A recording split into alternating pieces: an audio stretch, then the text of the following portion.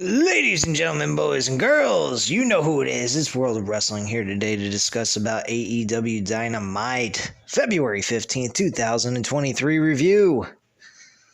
This show was mid. There was good wrestling on this show. I have no complaints about the wrestling. Overall, it was a decent show.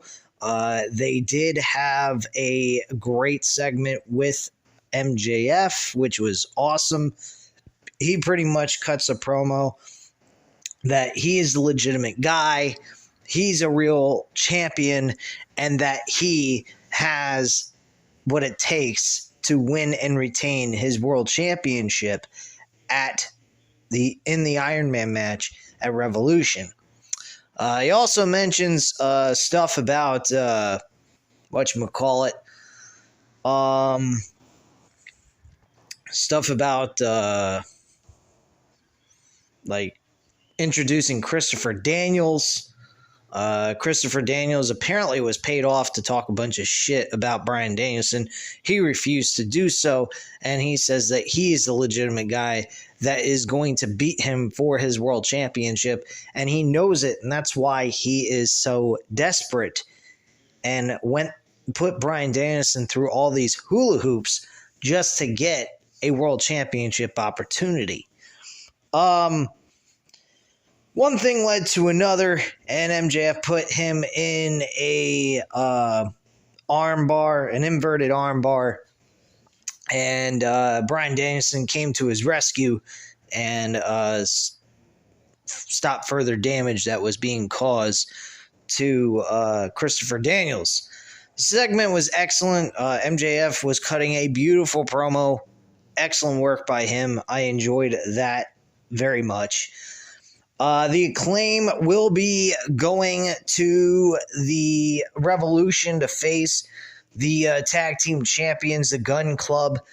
And there will be two other tag teams involved in this matchup. But truthfully, I honestly think that the Gun Club are still going to retain the tag team titles. There will not be a heel turn by Billy Gunn at all. So that I believe is going to happen. Or is not going to happen. I don't believe there's going to be any heel change or anything like that by Billy Gunn. All right, so the next matchup we had was Jon Moxley and Claudio going up against Preston Vance and Roosh in a Texas Tornado tag team matchup that had no rules to it. There was bloodshed as usual for Jon Moxley. Jon Moxley loves to blade for some fucked up, strange reason. I really wish he would quit doing that. And stop doing the blading all the time during the matches and have a match once in a while where he's not bleeding all over the place. He is getting a little ridiculous with that. I think it's really fucked up, honestly, if you think about it. Hangman Page was actually watching the entire match from backstage, so that was kind of neat. They were continuing with the storyline there with that. We also had a match with Jack Perry, Jungle Boy, against Brian Cage, which Jungle Boy actually went ahead and got the victory. As he, celebrated for his win over Brian Cage for the second time, he went up the ramp and heard the music of Christian Cage. Christian Cage had his arm in a sling, supposedly, quote unquote, and he goes ahead and Jungle Boy runs after him and he maces him in the face. Afterwards, he pulls the sling off of him as well as the elbow brace and removes it, and then goes ahead and connects with the kill switch. So apparently we're going to get Jungle Boy Jack Perry versus Christian Cage at the Revolution pay-per-view, which I'm totally cool with. I think that is a very brilliant idea to continue and close out the story between those two or maybe extend it even further if they wanted to. So at the end of the day, I think that that is a very cool idea, and pretty neat. So yeah, I honestly would not have any problems with them extending it if they wanted to go that far with the storyline. A match that happened before the Jungle Boy and Brian Cage match was actually Josh Woods and Mark Briscoe. This was very, very good. I enjoyed this match. I love where they're going with Mark Briscoe. I love this doing it for my brother type of thing. They're being very respectful in the memory of Jay Briscoe. I actually like this. I hope at some point maybe they make Mark Briscoe become a Ring of Honor World Champion out of this, just for one time only. If they see anything in Mark Briscoe in Ring of Honor later on, I would be totally fine with him being a mainstay main eventer in the Ring of Honor promotion and being world champion. So I would have no issues with that whatsoever. But yeah, this matchup was very fun, very enjoyable, good action overall. Mark Briscoe hit the elbow drop, his version of the elbow drop. Froggy, I believe they call it the Froggy elbow drop because he does a 5-star frog splash, but it turns into an elbow drop at the end. So yeah, this was very good. I liked what they did here. Josh Woods was very good in this matchup as well. So no major complaints coming from me about this matchup. I enjoyed this very much. It was all based off of some altercation that happened backstage on Rampage this past Friday. So I had no idea what was going on because I don't watch Rampage.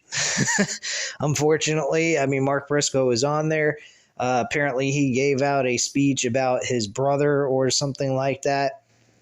And he is still carrying around the Ring of Honor tag team titles, but his brother, of course, not being here anymore, which is still sad. He is actually carrying around that championship. There is no word yet on what they're going to do about the Ring of Honor tag team titles, whether they're going to find him a new tag team partner to have him as tag team champions with, or he's just going to drop the tag team titles and find a new partner to earn those tag team titles with at the end of the day. That's another option they could go with. But yeah, that's where they're at this point. Like I said, no new news about the situation on the tag team titles in Ring of Honor. So Renee Paquette actually had a backstage interview with Adam Cole, baby. Just more information about Adam Cole, how he's doing with his recovery, how he's doing with training and getting ready to get back in the ring at some point, which I'm pretty sure we're going to see Adam Cole in a matchup at the Revolution pay-per-view, and we are going to see him compete against a well-known star. He has a list of guys he's very interested in going one-on-one with. He did not express or share those opponents that he'd like to face off with Renee Paquette in this interview. It was very cordial, very nice little interview.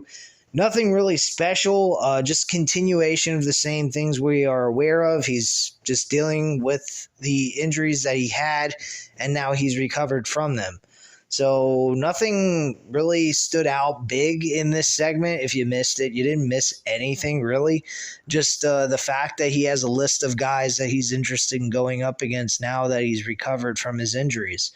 So I don't know what to say about that. I would like to see him have an interaction with someone. I mean, March 5th is not that far away. We're kind of like halfway through this month already.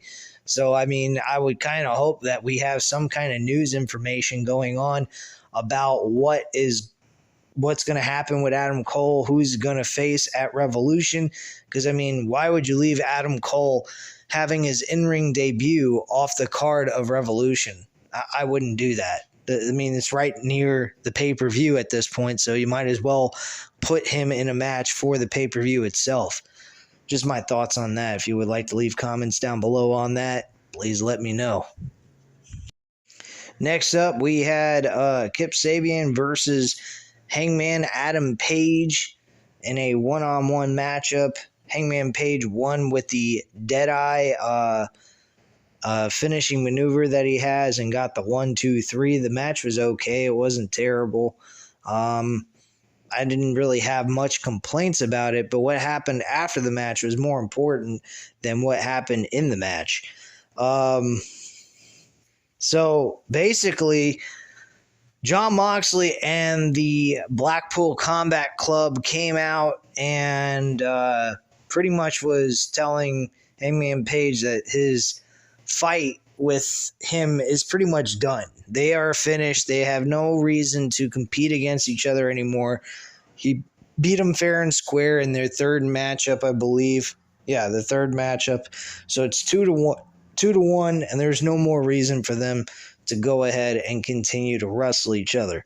Hangman Page pretty much came back in rebuttal by saying, "You're kidding me, right? You want to go ahead and end this feud off of a roll-up pinfall, beating me while suffering a concussion. That's how you want to go out of this rivalry."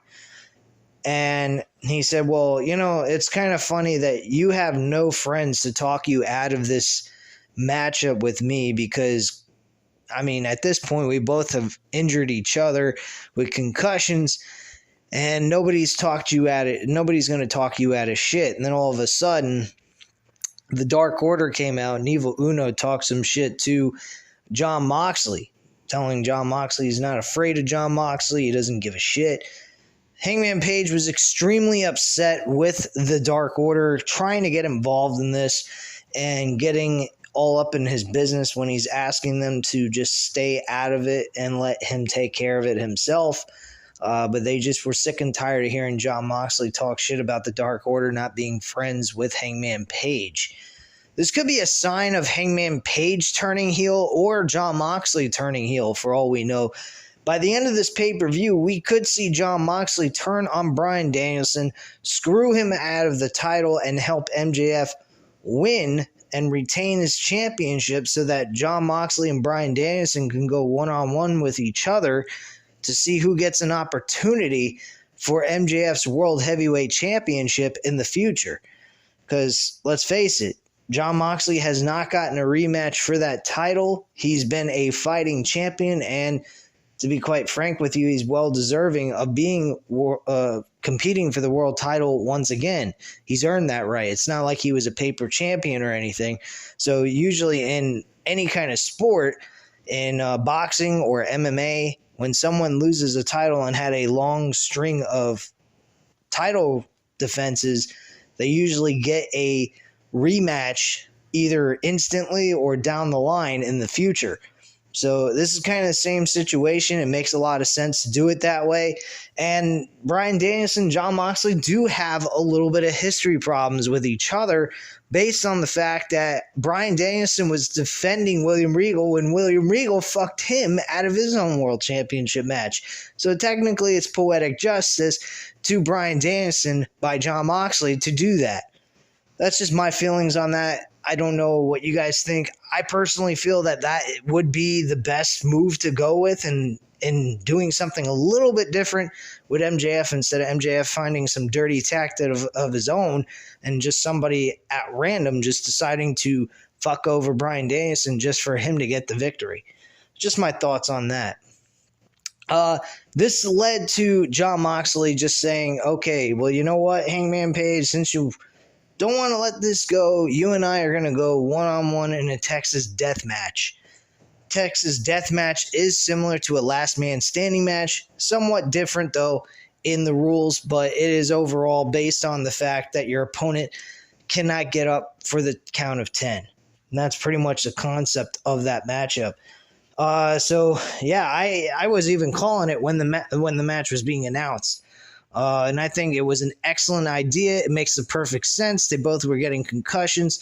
That's what the whole storyline centered around. So the idea of this match being a Texas death match makes just as much more sense as anything else, based on the fact that the storylines were based on concussions, one of them being real and the rest of them been fake. So just my thoughts on that. The main event, though, was Ruby Soho, Britt Baker, and Toni Storm in a triple threat match, which Saraya and Toni Storm decided to attack some random Plant fan that AEW decided to have in the audience. They ripped the sign from her hands, shredded the sign, and then pulled her over the barricade and started beating her up and then put her in a chair. I was about ready to spray paint her.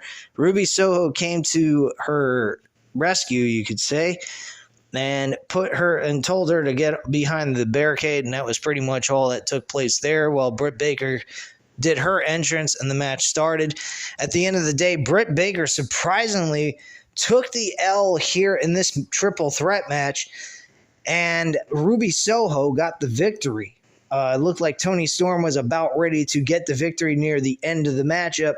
Saraya was spray painting a green L on the back end of Toni Storm's ass to go ahead and do the Sweet Cheeks finisher, whatever the hell you want to call it, Sweet Cheeks music, and she was about ready to do another maneuver to finish her off, and Ruby Soho got involved, threw her out of the ring, and then after that rolled up Britt Baker for a quick 1-2-3 and got the victory over Britt Baker. So that's how Ruby Soho got her victory in tonight's main event. I was not really all that impressed with this matchup. It was okay. I mean, it wasn't terrible by any means, but it wasn't all that exciting either. And I mean, this show was mid.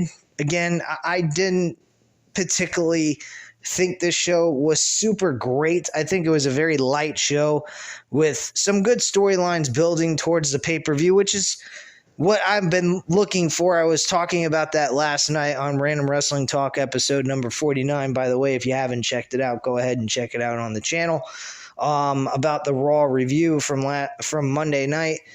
And there's been a lot of good storyline telling going on in WWE, but the wrestling matches have been absolute dog shit. Tonight with AEW, there was some decent wrestling with some really good storyline build going on for the pay-per-view. We had like 3 different matches already announced. Jack Perry and Christian Cage will definitely be announced for the pay-per-view coming up probably next week, more than likely, after they cut a promo about it and then agreed to have the match. So that's pretty much what I think is going to happen next week between those two. Overall, the show, again, was just a mid-decent show. Nothing too spectacular, but nothing too terrible either. So, I mean, I'll give it a thumbs up for what it was worth. It definitely had good storyline telling, so it made up for the wrestling being not as high-level wrestling as it has been the last couple of weeks.